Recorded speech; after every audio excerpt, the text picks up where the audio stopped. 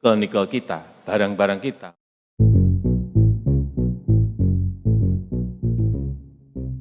Ada hal yang menarik meski Indonesia kalah dalam kasus WTO, Presiden Jokowi mengingatkan jajarannya agar melakukan banding dan terus melakukan hilirisasi untuk bahan-bahan tambang lainnya seperti bauksit.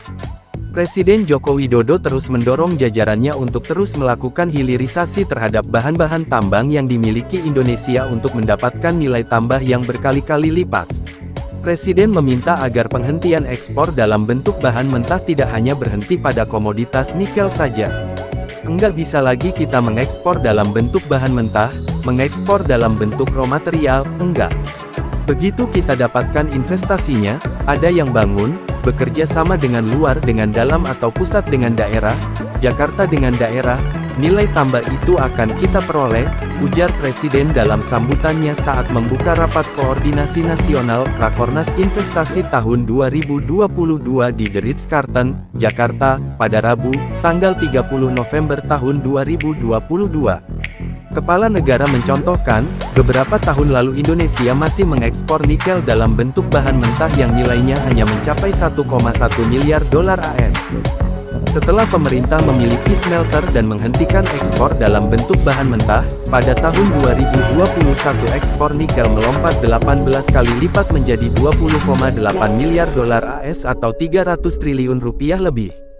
Akibat kebijakan tersebut, Indonesia digugat oleh Uni Eropa di Organisasi Perdagangan Dunia (WTO).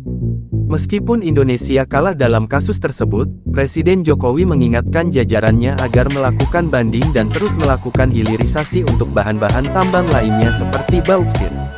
Enggak apa-apa kalah, saya sampaikan ke Menteri, banding. Nanti babak yang kedua hilirisasi lagi bauksit. Artinya bahan mentah bauksit harus diolah di dalam negeri agar kita mendapatkan nilai tambah. Setelah itu bahan-bahan yang lainnya, termasuk hal-hal yang kecil-kecil, urusan kopi, usahakan jangan sampai diekspor dalam bentuk bahan mentah. Sudah beratus tahun kita mengekspor itu. Stop, cari investor, investasi agar masuk ke sana sehingga nilai tambahnya ada, tegasnya.